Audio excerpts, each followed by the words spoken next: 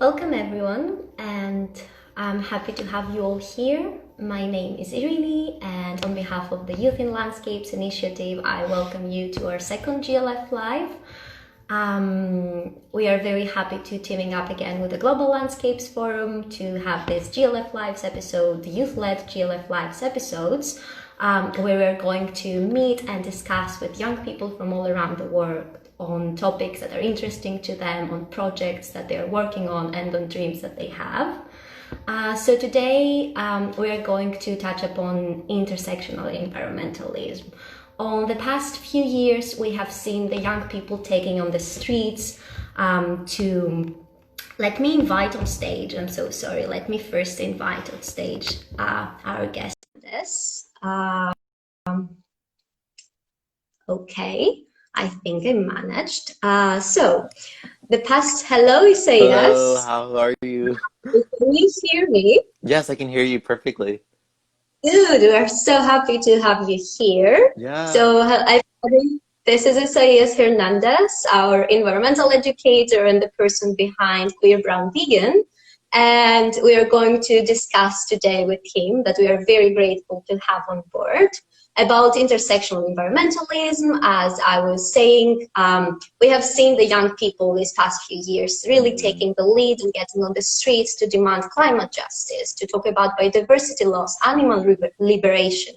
But we all need to step back and reflect on what it means to demand environmental justice, and for who are we demanding environmental justice. And that's why we thought that you are the best person to discuss about it and shed light on intersectional environmentalism. So welcome on board. Thank you.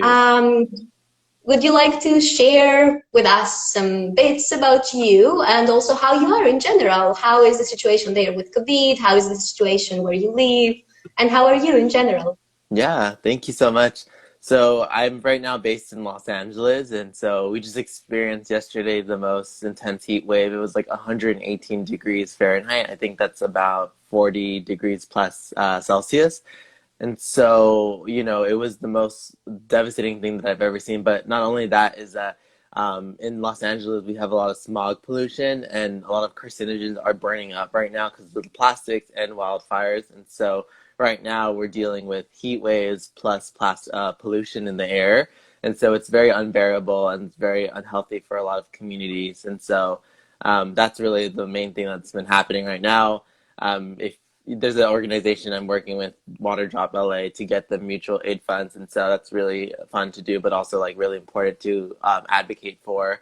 Other than that, I guess like my passion for environmentalism is that I grew up in a community that was affected by environmental injustices, and so for me growing up, I always had these questions of like, why is this happening? What is this? What does this mean? And so I never really understood how climate change really interconnected to my own community. It was often seen as a bit siloed thing of like, oh, this exists somewhere else in the world, but not with us. And so that's what really stemmed my curiosity to become an environmental educator, because I always thought that, one, I never had any environmental educators that looked like me. Two, someone that's queer, like I never really understood like how my identity plays a role in the environmental movement. And three is like how I'm able to really navigate myself in this movement, but also be a supporter for others around me, not just a leader in that sense. And so as an educator myself, I really believe that knowledge should never be privatized. It should be obviously public access for people. And so one of the reasons why Queer Brown Vegan focuses more on just environmental topics is that it wants to highlight the introductions of these topics to people, to give them that facets of interest if they are intrigued by like whatever sector of environmentalism, instead of just thinking it's solely focused on conservation. Wow, that's very inspiring. I really like what you said about knowledge, that it needs to be shared, because this is exactly what we also believe in GLF as a knowledge-led platform, that knowledge should be a commons, it should belong to everyone, and we should all have access to that. So I'm a very big fan of your work, of the way you present your the words that sound like maybe weird or hard on the first sight, but then you explain them really nicely on your Instagram account, which is called Queer Brown Vegan. Would you like to walk me through that name? You just said that you kind of associate now your identity with environmentalism, but what does it mean for you to associate your identity with it? Yeah, I think for most modern environmentalists studying in the West, learning about queer ecology or queer ecological practices is often not talked about. In the major I took for environmental science at school, it was never even mentioned. It was only until I actually took a class outside or like a friend had told me about queer ecology, then I realized why this wasn't being incorporated. And so then I realized how Western environmentalism has erased a lot of queer voices from this movement, most especially BIPOC individuals that are ancestral indigenous folks in their respective regions. And so part of that to me is erasure, cultural erasure, and also the memory loss of what is not there. And so when we fail to include those types of voices, we're failing to also incorporate earthly practices that are obviously from queer perspectives. And so I myself as a queer individual want to make sure that I not only recognize these terms, but also delve deeper in my environmental ethics and values of who exactly were these leaders and what they stood for and what certain locations meant to them. Because I think most often not in conservation movements, we think about wildlife parks and how they're pristine to these white men.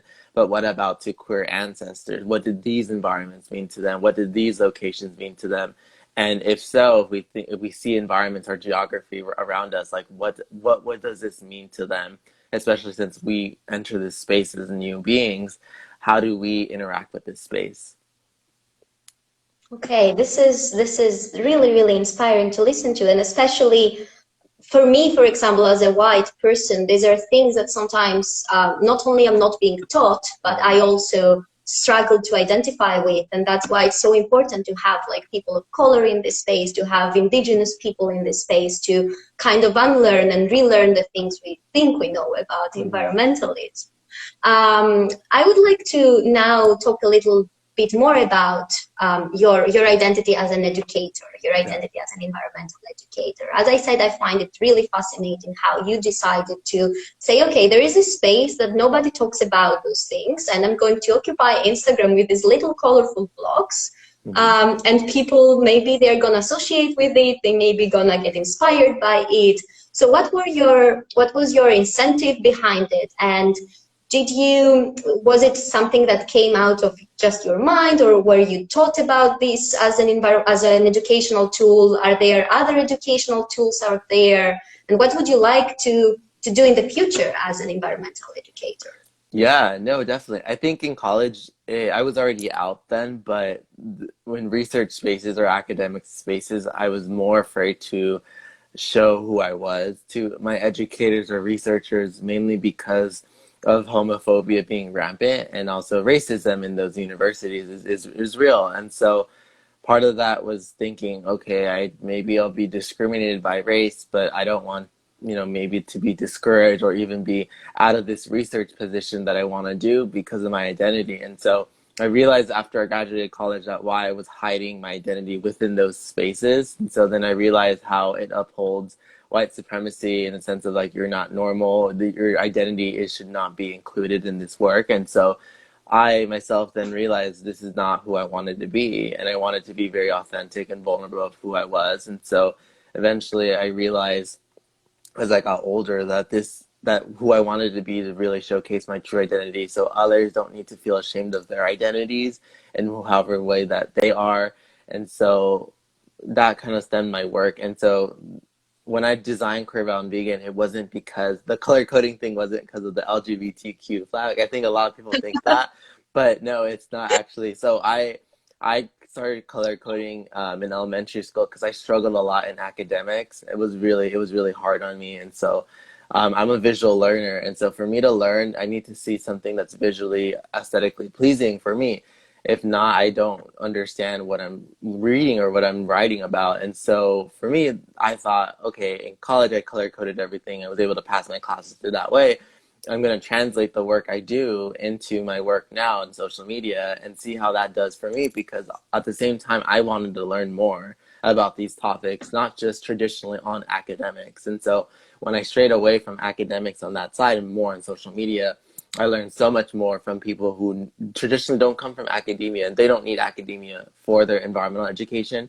And so part of that really helped me, because now people were very happy to learn about these topics instead of being confused or like, what do I do? And so in most traditional class settings, a lot of people are afraid to ask questions in lectures. I was afraid to ask questions. And so I opened my community for that reason, to ask questions and not to feel embarrassed, because at the end of the day, I'm not smart. I'm still learning every day. And so I tell people this is more of a circle of learning, not me being the teacher and me telling you what you should do.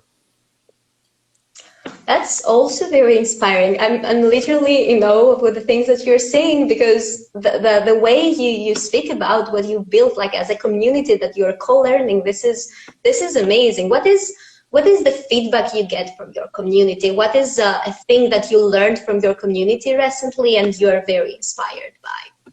Yeah, I think what I've learned a lot with my community is that everyone's interested to a variety of topics, and not necessarily saying that one person needs to be, some people, different sectors of people follow me, from like zero waste, veganism, sustainable fashion, ecology. There's so much different multitudes of individuals that I've met, and seeing their perspectives, or what you would say their expertise or love for that passion of that subject, has reflected in the way that they interact with me. So me being an environmental scientist, learning more of a holistic view of environmental science, I'm not necessarily good at certain sectors or really good at anything. I would say I'm more versatile in the way that I want to learn. And so part of the pros about being versatile is that you love learning about everything of those aspects. And so when I communicate with them, they communicate with me. It's authentic relationships that we build. And so I'm more in the sense of like wanting to learn more about them than them wanting to learn about myself. And so that's how I think we develop relationships in my community, because we believe in open collaboration, but also DMs are always open for me. I've never shunned anyone away, or if they have questions, I'm like, let's talk a bit. And so I think that's what I think brings people more into the community, is that they want to learn more, but also I don't know all the answers. And so that's something that I tell people, that I don't know everything. That's very powerful to admit, and that's also very nice, because nobody holds all the answers, and that's why we need communities to learn from each other.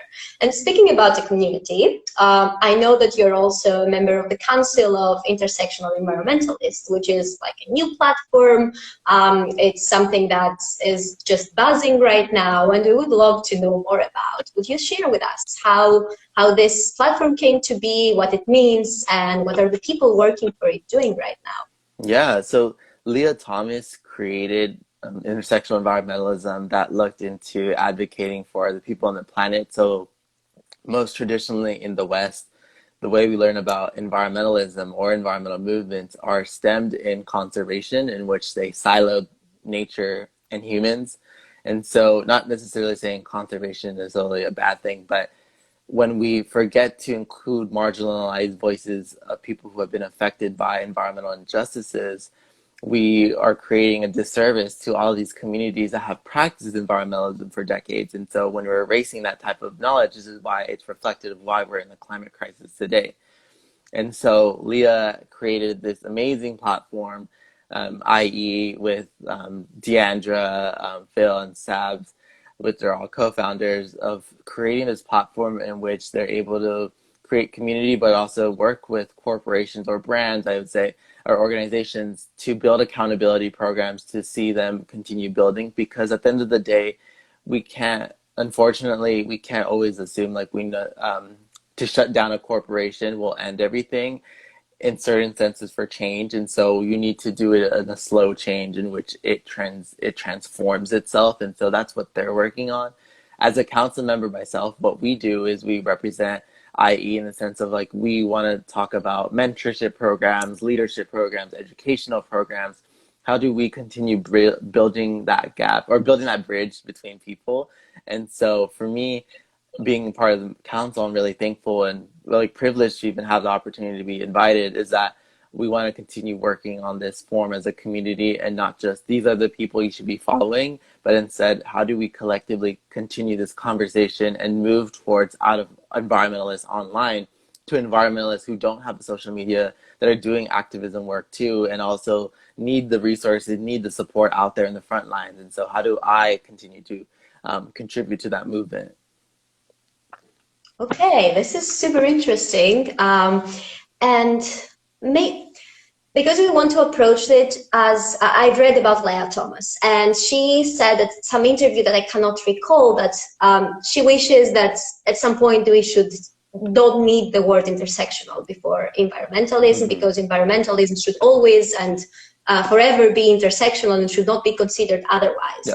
So let's say that we have it as a given, and that intersectional environmentalism is the environmentalism we all know.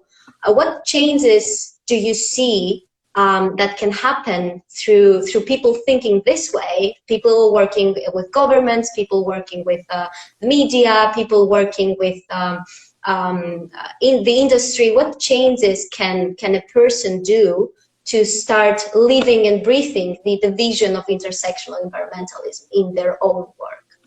Yeah, I think, what starts for me personally, like what starts is like your own interest and your own passions to do that work. And so, if environmentalism meant intersectionality already for many people, what that would look like to me is ensuring that corporations, in the sense, created more regenerative practices in their own products. And so, most of us are consumers, right? We all contribute to forms of capitalism, and such as, I can't say like I'm ethical, anti-capitalist, because I still contribute in some ways, my phone, what I buy. And so I tell people, in the world that is included in intersectionality with environmentalism, that looks like, having marginalized groups being actually represented in these conversations, them being paid for their work, having land restoration back to indigenous communities. And so within environmentalism, if we lived in this world, we can reimagine how our society would look like, instead of having all of these corrupt people in power continuously degrading the earth and people, then we wouldn't be here. And so I tell people, this is more conceptually, is to dream of what that would look like, because similar to the concept of what I saw on Instagram on a post said, like, what if there was no men for 24 hours? What would you do? That was a question asked to femmes or non-binaries. What would you do? And so it's really interesting, because you see these different perspectives of what would actually happen if this existed. And so I only tell people that I would wish, in my sense, I see a future where people don't need to struggle to survive, and instead it's equitable and just for people. But that's like my view. Okay, no, I mean that's a very no. This shouldn't be just your view. This should be the way we all think, that people shouldn't just survive. They should thrive, and we should all thrive, because this is the meaning of life, right? Yeah. So right now we're all living in this era that a lot of people saying that the old normal is dead, the new normal is coming. Some people are requesting for the old normal to come back, and all of this discussion around normal and what is normal and what is not. So COVID changed our lives a lot, especially it impacted the West a lot. So for once we paid attention to it a lot. So what would you say to all these discussions that are happening around building back better and building back from COVID and building a green future? How would you see the generation, your generation, the generation that, and the creators that are discussing about intersectional environmentalism, and the young people being involved with the idea of bringing all the social justice and all of these issues about gender, race, identity in the discussions about building back better? How would you imagine that we can build back better from COVID? Yeah. For myself, I think, building normal, in the sense of normal, we didn't really know what it was. And so many environmentalists have agreed, like, the system that was designed wasn't broken. Many people have said that, and that's true. It was designed to already hurt people of color. And so, this is such a deep question, but I think when we continue to do intersectional environmentalism work.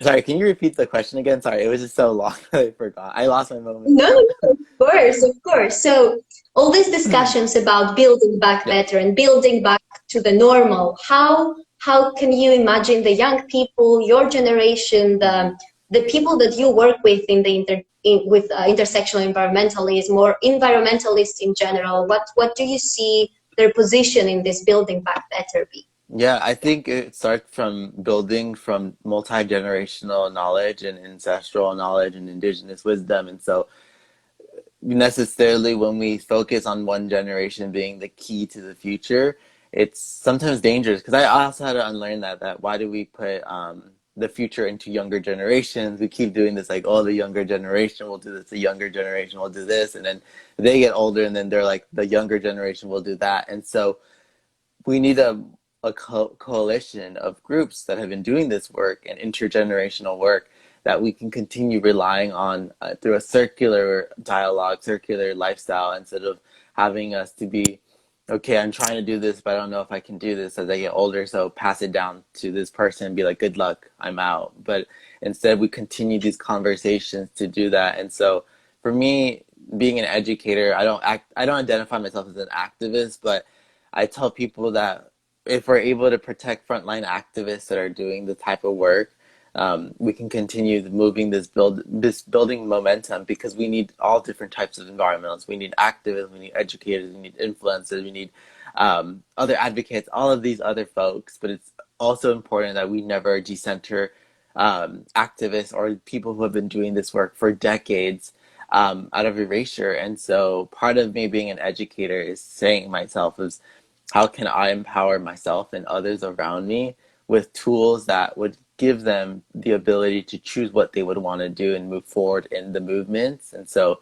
as we continue to build from this post-COVID world, I have seen an increase of people realizing that this essentially world that we live in was never normal. And so they're kind of in shock right now of how to process these things. And it's a privilege to even be able to pause and be like, wow, my life is actually real. Like this is actually something real. And so when you move past from that point of shock or terror, then you need to decide yourself like what type of life you want to live, because at the end of the day you need to come into terms that the life you lived before is never going to come back again. And so many people, I think, attach themselves to this non-realistic lifestyle that was never sustainable. And so now they're more interested in learning about these social justices that they're being exposed to so much that then they're becoming more shocked. And so I think tell people to do one thing at a time instead of learning everything, because then you're not going to be able to process these emotions. You're going to shut down. You're going to tell yourself you can't do this. And so I tell people take it one step at a time, but also realize that people have been doing this work for decades and they didn't really have time to think or to pause and think, what do I do? Is more like I have to do it now. Okay. Yeah, I think this one step at a time is really important. The past few months have been overwhelming, but as you said, it's kind of a privilege to say that the past few months have been overwhelming, because for some people, this overwhelming situation has been the reality for years. So if there is a person that was never involved in anything, any movement, was never involved in anything about the environmentalism, could even be a climate denier or a denier of the fact that a lot of our environmental injustices are interconnected with a lot of social injustices. How would you approach this person in your life? How would you advise our audience to sit down and maybe talk with the weird uncle that behaves that way, or the friend that still denies climate change, or the friend that still denies social injustices? What's the discussion? What's the advice you would have for this person to approach this other individual in their life? Yeah, I think anyone, myself too, having to work towards being what you would say an active ally, myself to my own family, is it having these uncomfortable conversations. And so the reason, like my parents are from Mexico, and so growing up in the United States, we have that cultural barrier where they grew up in a different country than me growing up. And so we've challenged them. My brother and my sister, we have had these tough conversations with them. And it takes sometimes years to get through them. It really does. It doesn't happen in one day. But I think if you continue to persevere through a lens of love, but also criticalness, it would provide them to be like, we didn't scream at my parents being like, you're doing this wrong, but be like, question them, like, why do you think this way? Where does that stem from? Why do you think about this? And so I think many people, good example of this is like, climate refugees, where people are like, I don't want these immigrants. But then, I've seen it within Mexico where people are like, I don't want people from Central America coming to Mexico. But it's like, but then you're criticizing the United States for saying they don't want Mexicans, but then you're doing the same thing. So, for me as a humanitarian, I'm like, I believe no one should ever be deemed as this person who is undocumented, and any being should have the right to live anywhere safe that is provided by them and not be affected by these forces that have disrupted their own countries. And so start having these conversations with love in a sense to see how that works. I would never tell someone to go talk to someone violently, or if you think they're going to go violent on you, don't do it, because I wouldn't want to risk someone's life over having a conversation. But maybe start introducing things slowly about like, oh, like, did you read this article? Or like, oh, what do you think about this?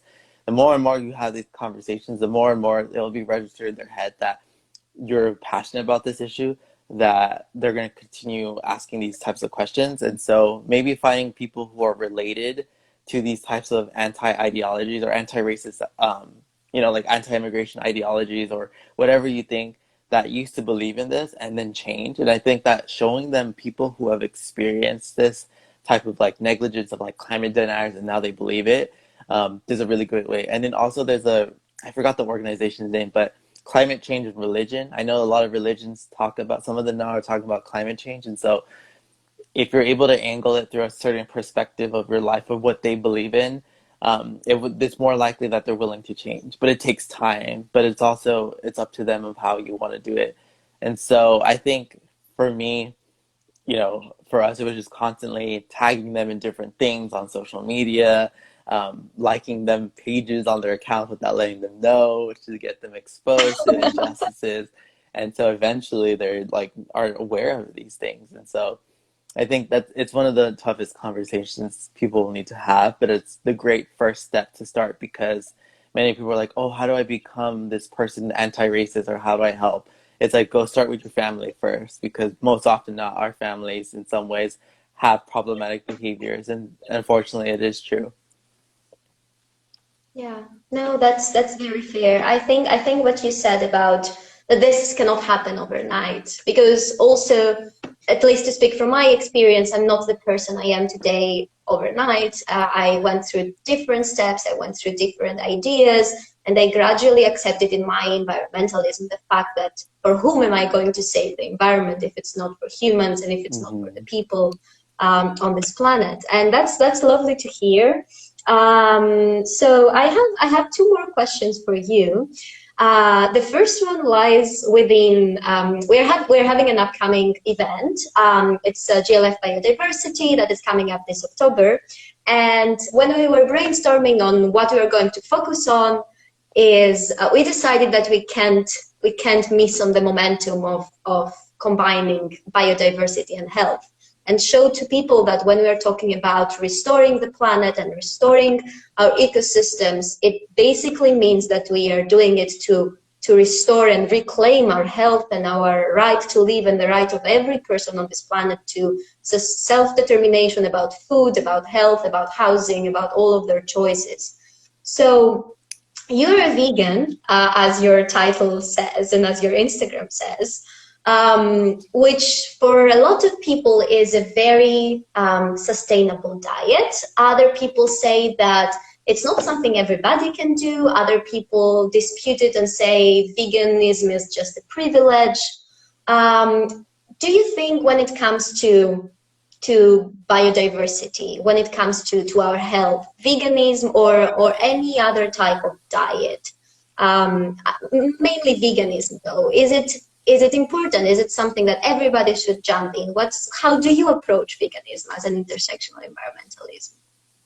Yeah, I think for me as a vegan, I believe the fact that everyone should have the knowledge or the right to know where their food comes from, and that's it. I don't judge people if they eat meat, if they choose dairy. In that sense, I tell people though that the industries that perpetuate animal abuse and human abuse in these industries are products of colonialism that have stemmed globally. And so my issue with these industries is that they're not only destructive for the environment, they're hurting animals and ecosystems, and they're destroying communities nearby. And so when we talk about more now, I say I'm an ethical vegan because vegan in the vegan movement, some people only focus on animal liberation and think that's the only way, and they don't include or intersect race or any other things because they say that doesn't matter. But for me, as an intersectional vegan too, and an ethical vegan, I believe that I fight for the liberation of animals and humans.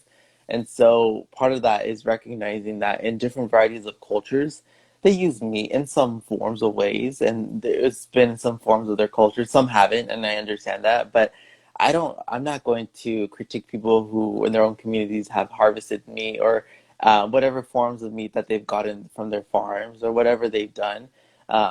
Critique them for what they do. I think too the dangers of veganism is that people believe that it's the future, and if we all convert to veganism, we'll fix the planet. It will substantially really help the country, definitely, like globally, but it will not fix the issue with our capitalistic society that's continuously destroying ecosystems. Most recently, as you know, Oatly, that was known to have contributors to Blackstone, that destroys the Amazon. A lot of vegans defended this non-human logo, saying that it's better than other meat industries, but they're just the same in the sense the forms of veganism to me means that there is no ethical conception under capitalism, and that two that no one, no human, no ecosystem should ever be exploited. And so I think the term about veganism is that many people don't have access to food either in certain ways. They do have access to liquor stores, but maybe it's not healthy produce. And so readdressing the ways of like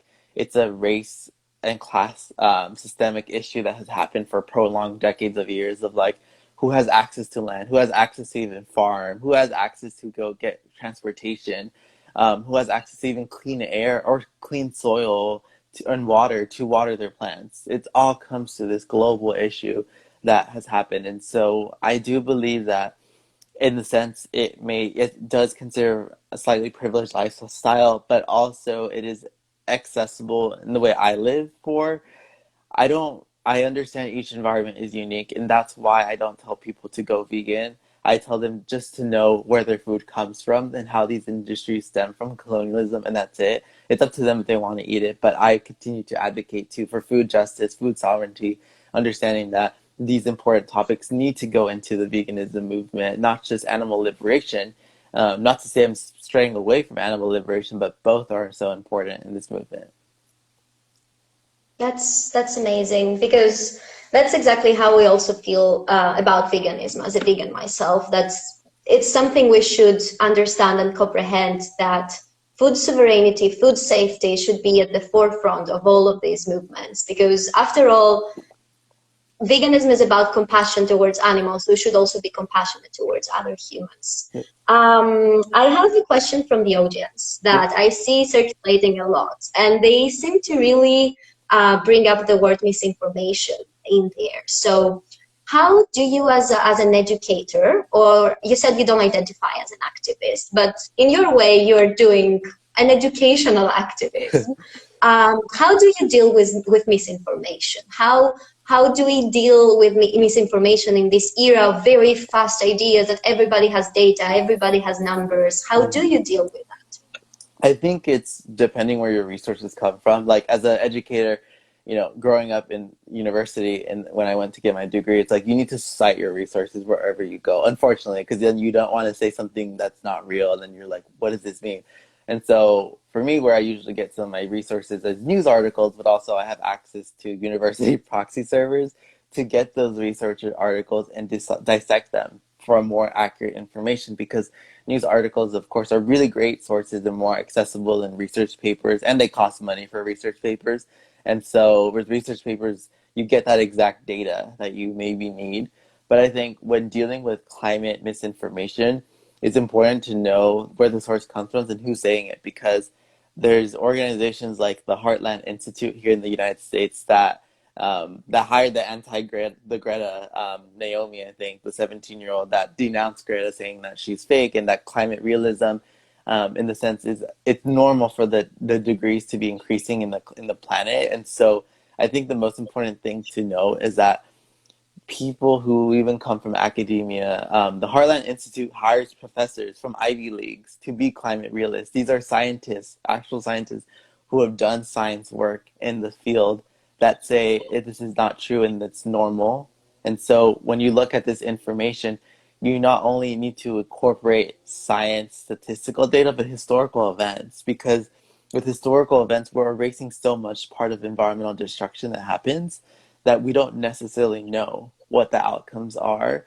And so when I have to debate these researchers or people who actually come from these STEM backgrounds, it's difficult because they don't use more of logic than emotion and historical events to justify their actions. As researchers, I understand that point, but it's also dangerous because we're further dividing the movement in that sense. And many people who donate to these organizations are also corporations that are big in tech, that believe in climate change, but yet fund these corporations for some weird reason. And so I think for me, it's like debunking them and questioning their work, because they've questioned my work, and so I question them too. And so, uh, because I have the privilege to come from academia, I can use that against them too and critique them too. But it's very also draining. So I tell people to deal with that. And then there's the other one with the climate change deniers, where people are like, don't want to believe it. And so that takes time with family. And until I think they experience it in front of their eyes, and then they realize that it's actually true. So I think it's very sad, but it's something that there's two parties in this. One is from researchers, the other one is from people who just don't want to do the work to learn about it. Yeah, that's very fair, but it's still very important to find ways to reach to those people, because if we are to move forward, we need to kind of move all together. So we're almost close to the end, but I would really, as I am very, very inspired and humbled by all of your words so far, I would really like to hear from you a message that you would have for everyone that identifies as a global leader. It can be actually a politician, or it can be somebody that owns a company, or even a person that considers themselves a leader in their community, that want to bring positive change. What your message would be to them? How would you like to address them? Yeah, I think it's just asking yourself, what environmental values did you grow up with? Every individual has environmental values. Whether your parents were low income or you had middle class or high class, like your parents instilled some type of values in you. Like mine were survival and recycling. It was in reusing things. And so I ask people, if you're able to build upon those values as you've gotten older, ask yourself, how do you want to build that foundation for younger people and older people to continue using? And so I think it starts with asking yourself where you grew up with, and like what you had, and reimagining, what if that didn't exist? And so then if you think about it in that retro sense, like, oh wow, I can't imagine if the whole trees on my block were gone. Like, what if another community has that now? And so thinking about where that stems from, and then as you continue to get older, ask yourself like what you want to create for others around you. Unfortunately, of course, capitalism is something that many people are focused on, extractive wealth. And so asking yourself, is this really worth it for yourself and for your own future? Like, would you be able to look at your own child or your own brother or daughter, or your brother or sister's cousins, like child, and be like, oh, I contributed to the destruction of your home? I don't think you can ever look at a child and tell them that, or even look at an older person and be like, yes, I destroyed your environment and now you're probably going to die because, or get harmed because of the climate crisis. And elderly people or people who are disabled are going to face the most consequences when trying to leave climate injustices. Thank you. This is such a powerful message. Just to connect with your roots and remember how you grew up as a child. This is very powerful, Isaias. I'm very, very, very grateful for our chat, our short chat today. Mm-hmm. I hope you also enjoyed your time with the Global Landscape Forum. You're now part of our family, and I'm deeply inspired by you, and I expect of you many, many big things while I continue following you around and Yeah. your little colorful boxes. Yay. Thank you so much again. And thank you everyone for tuning in and just listening to our conversation. I think we're all learning in this journey, and so we'll never stop here. Yes, thank you so much. And thank you for everyone for tuning in. Go find Isaias if you want to learn more about his work and the amazing work that he is putting on his educational material on Queer Brown Vegan here on Instagram. And we'll speak soon again. And take care. And stay hydrated with all Yes. this hot weather that you're having there. Thank you so, so Thank much. you. Have a Bye. nice day. Bye bye.